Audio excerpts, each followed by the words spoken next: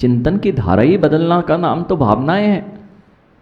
अभी तक जिन चिंतन धाराओं में, चिंताओं में अपने आप को संलग्न किया था, आज से उन चिंतन की धारा, चिंताओं की धारा को चिंतन की धारा में बदल दीजिए। यही करवा रही हैं 12 भावनाएं। परेशान होते हैं, बिल्कुल परेशान होने की आवश्यकता नहीं। आचार्य भगवान ने बता दिया यह तो नियत है, अब क्यों परेशान होते हो। किसी का जाना, किसी का आना, अनित्य भावना बता रही थी। असरण भावना, यदि किसी ने किसी का साथ छोड़ दिया है अथवा जो मुझे चाहिए था, वहां मुझे सुख लग रहा था, वह नष्ट हो गई है, अब क्यों दुखी होते हो। यह तो नियत था, एक दिन उसको भी जाना पड़ेगा, उसकी शरण को भी प्राप्त नहीं होगा। बस आर्त ध्यान, रौद्र ध्यान से बचने का उपाय आदित्य, अपने आप को, परिणामों को कुछ भी नहीं करना पड़ेगा। जो शक्ति में अभी तक अनेक स्थानों पर व्यर्थ कर रहा था, उस शक्ति को सही जगह लगा दीजिए। देखना, यानी अभी ये पंखे चल रहे हैं आपके यहाँ, और यही पंखे यदि पंखे में ही लगाए रहो ठंडों में भी, तो आनंद आएगा ना। ये जो विद्युत की धार, विद्युत के 2 तार थे, ये विद्युत के तार अभी बहुत आनंद दे रहे थे, और इन्हीं तारों को लगे रहने देना। इस विद्युत का सही उपयोग कर लिया तो वहीं पर तुम्हें शांति मिल सकती थी, और वही विद्युत की गलत धारा और सीधे हाथ में पकड़ ली अली भैया, सीधे हाथ में देखी कि फिर तो जलना नियत है। ऐसे ही कुछ मेरे साथ में हो रहा है, मेरा पूरा का पूरी जो धारा शक्ति है वह मैं पूरी नष्ट कर देता हूं। कुछ नहीं करना पड़ता। तनिष्क, अभी तक जिन भावों से हम परेशान होते आए हैं, इन भावों को कभी सोचा ही नहीं कि ये मुझे परेशान करते हैं। लगता ये मैं जो भी कर रहा हूं बहुत अच्छा हो रहा है, लेकिन सब लोग चिंताओं से ग्रसित हैं और इतने तनाव में हैं, यानी भले ही आप किसी से नहीं कह पाओ, तनिष्क, हम बहुत अच्छे जगह पढ़ रहे हों, बहुत अच्छी जगह रह रहे हों, लेकिन अपने मस्तिष्क से पूछना क्या वह भी अच्छी जगह है? वह भी अच्छी जगह रह पाता है क्या? क्यों नहीं रह पाता? क्योंकि मेरे अंतरंग में कभी भी अच्छी बातें कभी दी ही नहीं जाती, इसलिए उसके पास में कोई स्थान ही नहीं होता कि वह कहीं अच्छा सोच पाए। और ये 12 भावनाएं जिसे आप धर्म के नाम पर छोड़ देते हैं, मां क्या किया जाता है? अरे ये 12 भावनाएं वगैरह पाठ करने की हैं क्या?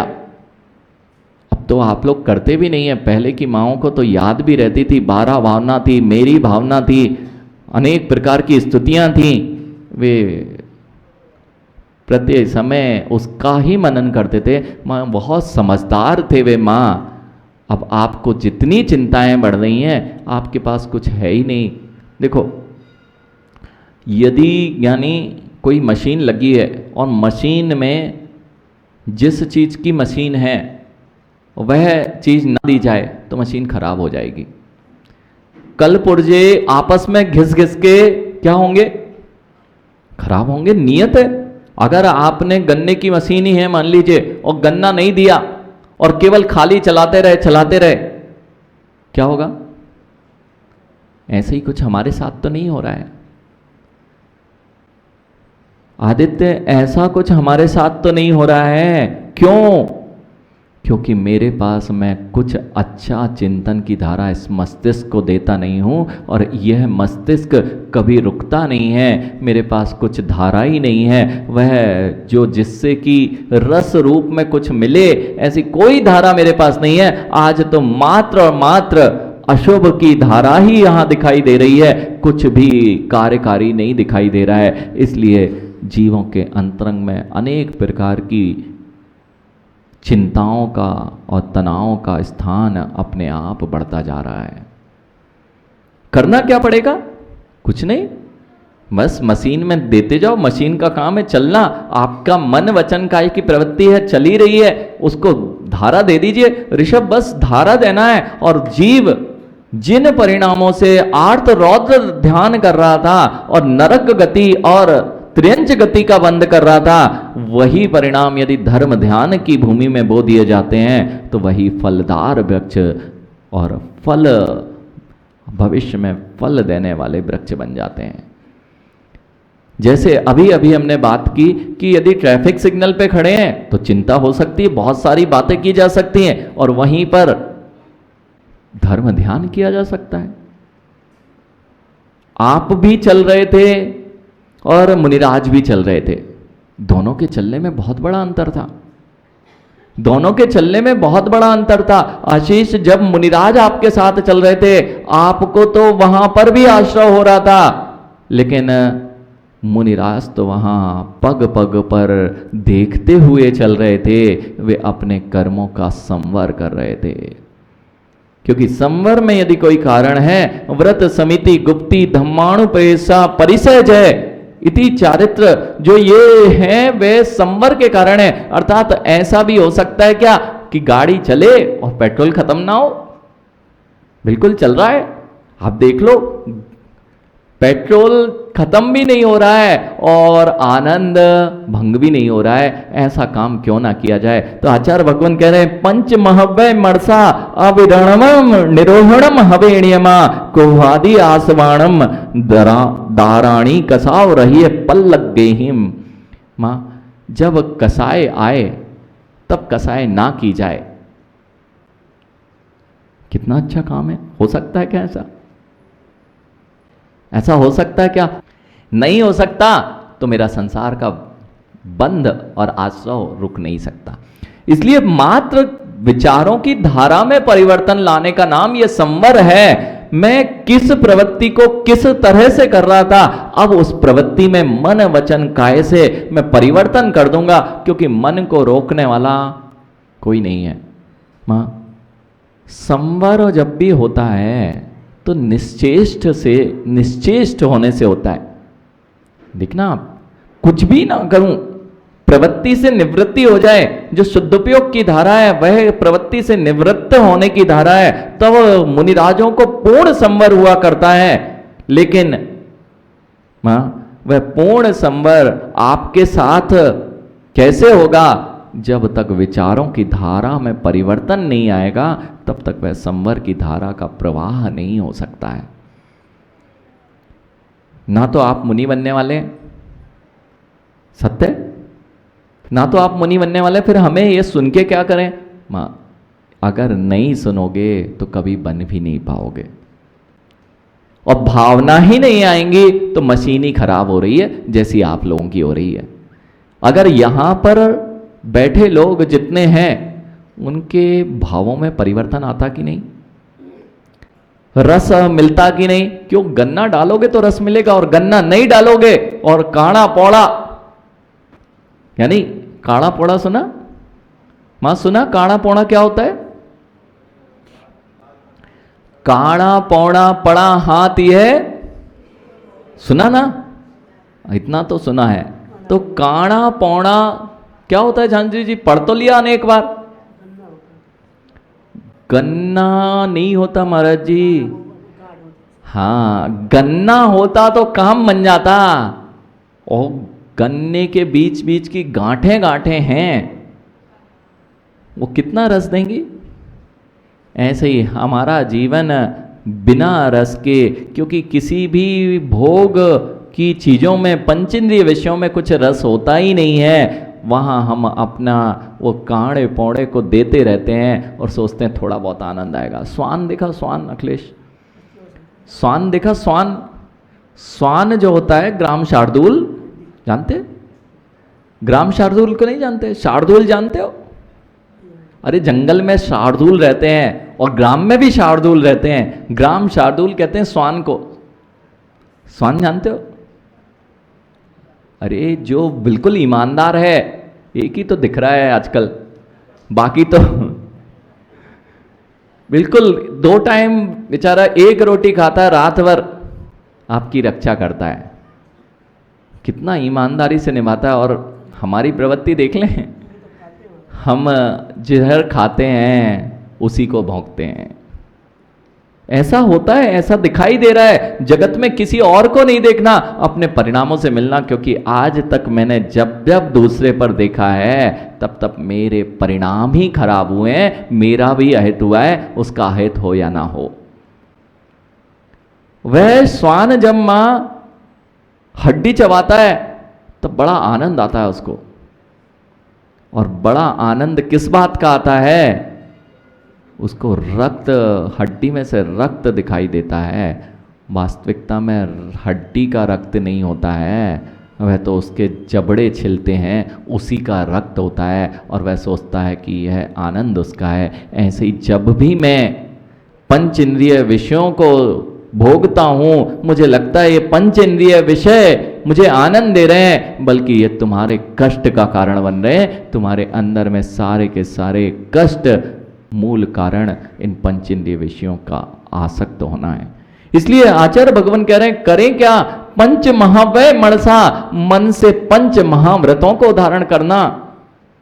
ऋषभ, करते करते भी काम बने, करते करते काम बिगड़े नहीं, करते करते भी काम बने। अभी तक करते करते करते काम बिगड़ रहे थे, ये मुनिराजों ने सीख लिया कि मन वचन काया की क्रिया करना है, लेकिन दिशा कुछ और हो जाएगी। अब वह दिशा परिवर्तन जब हो जाती है, तो जो मुझे शुभ आश्रव अथवा अशुभ का आश्रव कर्म करा रहे थे, उसकी जगह उन मुनिराजों को संवर प्रारंभ हो जाता है। ये तो मुनिराजों की क्रिया है ना, हम लोगों को क्या लेना देना इससे? गौरव, सत्य ना? चलो आदित्य, ये तो मुनिराजों के लिए है ना। बेटा, क्या आप लोग चिंताओं में नहीं रहते? कौन आर्त और ध्यान के अलावा कोई भी विचारधारा ही नहीं आ रही है जीवन में? आर्त और ध्यान तो आप अच्छे से जानते हैं, इष्ट का वियोग, अनिष्ट का संयोग।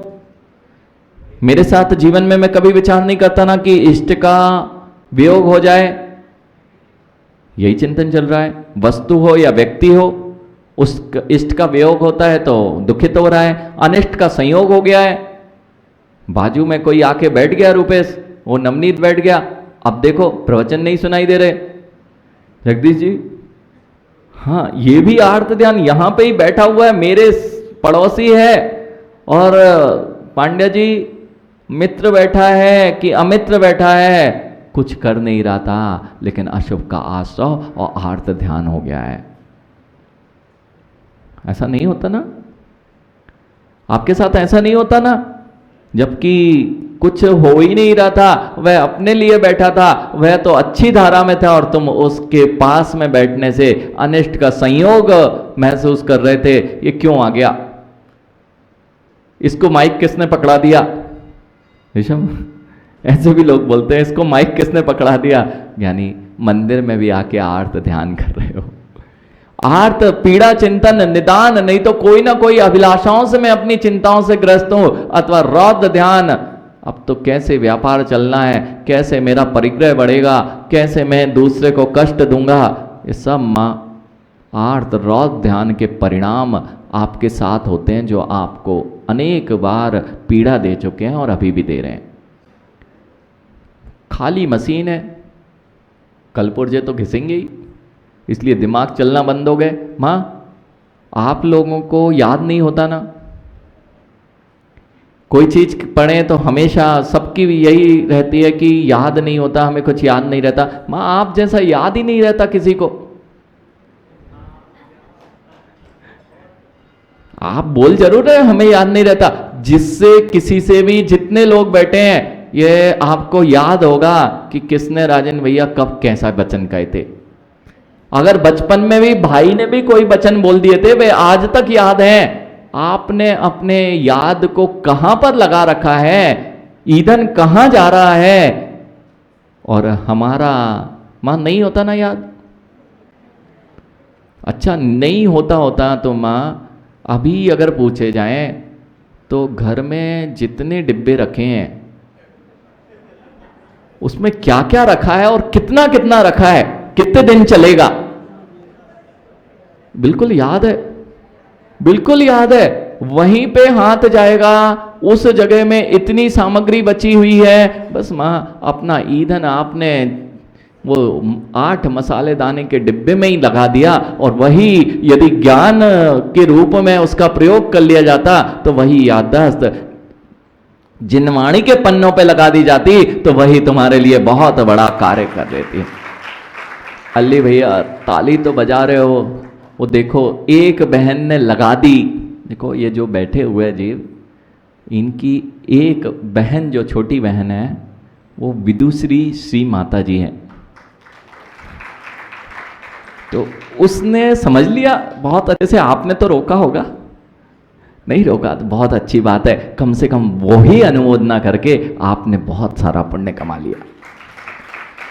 ऐसा जीव ज्ञानी देखो, एक ही घर में जन्मे ऋषभ, एक ही घर में जन्म लेने के बाद में सबकी विचारधारा अलग अलग हो सकती है, सब कोई अलग अलग ही विचार करता है। इसलिए जब भी विचार करो अच्छा विचार करो, इतना तो कर सकते हो ना, लेकिन करोगे कैसे तनिष्क? क्योंकि जो जगत में मोबाइल में दिख रहा है वह तुम्हारे लिए अच्छा कुछ नहीं दिखाने वाला, क्योंकि 5 इंद्रिय विषय वो तो आशीष का ही तो काम है ऐसा। ये एडवर्टाइजमेंट है ना, यानी और डिजिटल एडवर्टाइजमेंट का ज़माना है। झांझरी जी भी उसी में बैठे हुए हैं। तो झांझरी जी, अगर किसी ने मोबाइल में जूता देख लिया, अब तो दिन भर ही बेचारा जूता देखेगा।